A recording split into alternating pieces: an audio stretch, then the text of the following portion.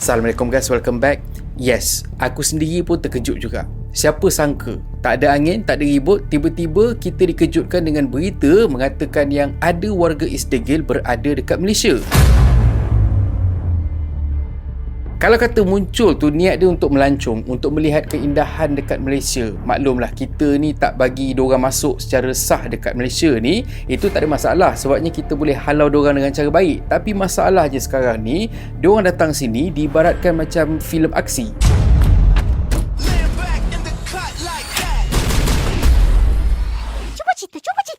Kisahnya kecoh gila kemarin bila kata ada warga East Degil yang berjaya menyusup masuk ke Malaysia, dan aku difahamkan tujuan dia masuk ke Malaysia ni ialah untuk tamatkan riwayat seorang lagi warga East Degil yang tengah bersembunyi dekat Malaysia. Ikut artikel yang aku baca, lelaki warga East Degil yang diangkut pihak berkuasa bersama 6 postol bersama dengan 200 butir pesuru di sebuah hotel di Jalan Ampang, KL pada Rabu lalu didakwa mempunyai motif untuk melakukan pembenihan. Menurut sebuah agensi berita, Mamat ni dia terbang masuk ke Malaysia untuk membenih musuh seteru kumpulan mereka. Dalam pada itu, beberapa agensi berita berbahasa Hebrew mengenal pasti Mamat tu sebagai Shalom Avitan yang berumur 36 tahun dan merupakan ahli kumpulan Musli Brothers. Dan satu lagi portal kata Mamat ni dia masuk ke Malaysia, dia datang ke Malaysia ni untuk membenih ketua kumpulan seteru dikenali sebagai Eran Haya. Dan dalam masa beberapa bulan ni, kedua-dua kumpulan ni dia duk terjebak dekat dalam satu konflik yang sangat kanas. So ikutkan laporan stesen televisyen setinggan Channel 12, rumah Avitan dekat kawasan kejiranan mewah sekitar Tel Aviv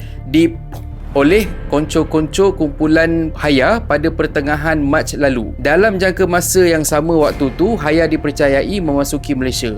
So maksudnya diorang tengah duk bercakap benda semua tu dekat kawasan setinggan diorang tu, yang ketua dia ni dah berjaya masuk ke Malaysia.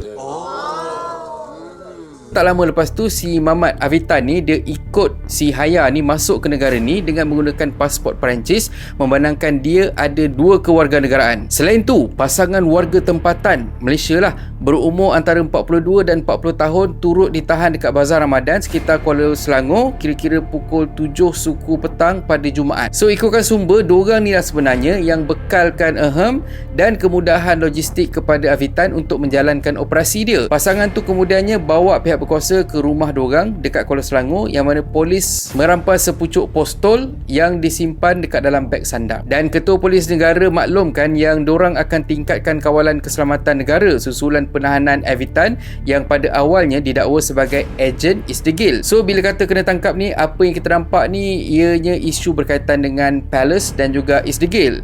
So kita sekarang ni berwaspada dengan keselamatan PM, YDP dan juga beberapa VVIP yang perlu diambil kira keselamatan mereka dekat sini. So serius guys, memang macam dalam filem aksi. Cuma beza dia, ini reality, ianya berlaku dekat Malaysia. Tapi nasib baik, kalau kata kita nak describe sebagai filem ni ditangguhkan, tak jadi buat. Yang bahayanya dekat sini, bila kata aku dapat tahu dia berjaya masuk ke Malaysia ni bukan ikut jalan tikus, tapi ikut jalan yang betul sebab dia ada 2 kewarganegaraan. So bayangkan pula warga East Degil yang lain yang ada 2 kerakyatan juga. Kita memang tak bagi warga ataupun rakyat East Degil masuk ke Malaysia, tapi itu tak bermakna yang kita tak ada orang East Degil di kalangan kita.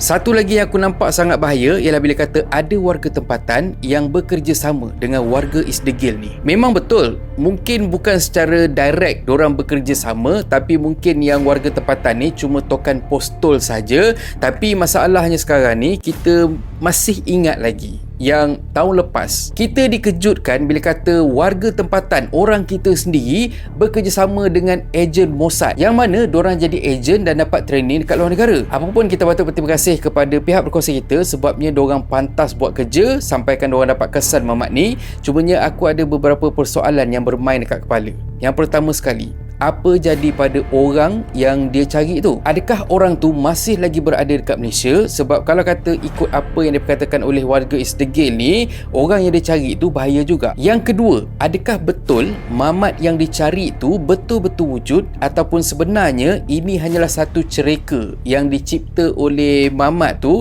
sebab dia nak mengaburi, sebab dia nak tutup apa misi sebenar dia berada dekat Malaysia? Kalau betul lah dia kata dia nak selesaikan mamat yang dia cari tu, takkan diperlukan sampai 200 butir pesuru? Kalau betul diorang nak settlekan mamat tu, kenapa diorang tak hire je orang tempatan untuk selesaikan kerja diorang dekat sini? Aku yakin diorang bukan orang yang miskin sampaikan tak boleh nak hire orang tempatan untuk buat kerja kotor diorang tu. Dan yang kedua, aku yakin yang diorang memang ada connection dengan orang-orang kat Malaysia ni, jadinya diorang dapat cari, diorang boleh tahu, diorang boleh hire warga-warga tempatan yang boleh buat kerja kotor diorang tu. So sebenarnya tak payah pun susah-susah nak datang ke sini. So Kenapa dia datang sini dan adakah betul cerita yang dia bawa tu? So pada aku, bila kata kita dapat kesan dan kita dapat ambil tindakan pada mamat ni, ini memang satu perkembangan yang positif. Tapi dalam masa yang sama, persoalan yang lain banyak juga timbul. Betul tak? Apa pandangan korang? Dan insya-Allah kalau kata ada apa-apa update yang baru, aku akan kongsikan dengan korang. Dan akhir kata pepantun,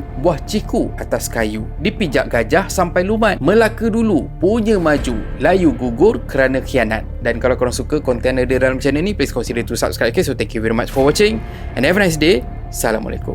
Assalamualaikum guys. YouTube ada fungsi baru iaitu Super Thanks. Siapa yang nak belanja aku kopi, korang boleh tekan butang Super Thanks kat bawah ni. Korang belanja aku RM6 je. Anyway, terima kasih sangat-sangat untuk sokongan korang. Assalamualaikum.